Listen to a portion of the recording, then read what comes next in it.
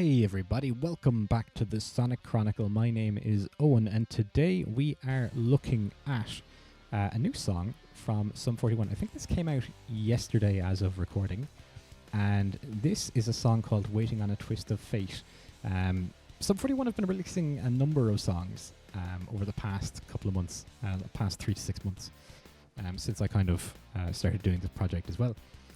Around the same time that Green Day started releasing songs in advance of Saviors, Sum 41 were releasing tracks. Landmines springs to mind, which was a really good song. I would recommend that you go out and have a listen to that. However, today we are going to be listening to Waiting on a Twist of Fate. And one of the things that has struck me about these songs that Sum 41 have started releasing is that they are a little bit more mature, which is great. That has always been the side of Sum 41 that I really enjoyed, because when it came to or albums like Does This Look Infected and All Killer No Filler, songs like Motivation and Into Deep and so on and so forth, those songs were fun. They were great and all, but they don't compare, in my opinion, to the work that they released on albums like Chuck, which were a bit more politically charged and wore influences, potentially metal influences, on their sleeves that little bit more. So I really, really enjoyed those, maybe that little bit more than the other stuff that they released. And I think that that's kind of what they're gravitating back towards on these new tracks. That said, I could be eating my hat with this new track, Waiting on a Twist of Fate. We're going to jump over to this other view that I have, and we're going to play the music video. So let's jump over there. All right, we got the music video queued up, ready to go. Going to hit the play button. Let's do it. Punk Rock Museum. Capitalism sucks, but this job's pretty cool. I love that. Who's this guy? No idea. I do like these stylized music videos, but this is a story video, and this is 3 minutes 15 seconds long total. So how long is the song? Is it super short? Oh, okay. Well, this sounds a little bit like Dancing with Myself in terms of the chords that are being used. It is less so like Dancing with Myself now. Ooh. A bit more intense. Not going for a blast beat, but getting there.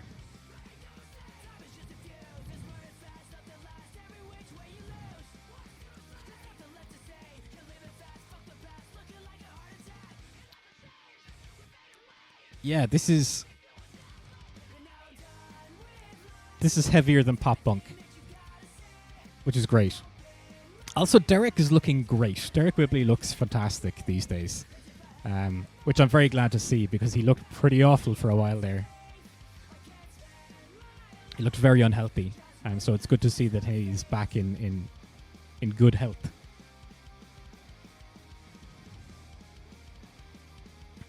I also like the vibes that this song is putting down. The idea of building on the shoulders of giants. Really like it.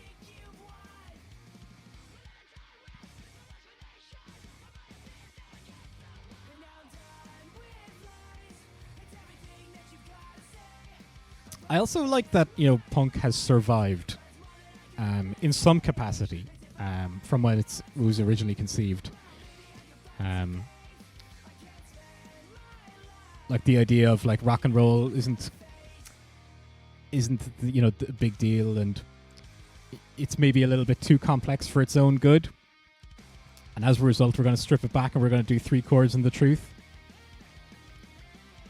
and now we're doing these kinds of solos here, which is absolutely fine. I love this, but again, it's just the evolution of the genre.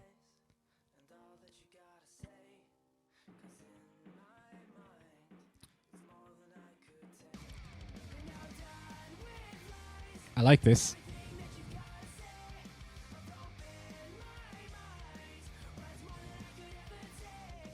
Yeah, this is cool.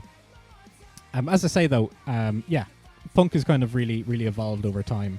Because like we talk about 76, 77, when punk was kind of a thing. Like Sex Pistols, the Ramones, etc. And they really kind of stripped it back. To kind of next to nothing with, the idea of the one-note guitar solo. That's a really short song.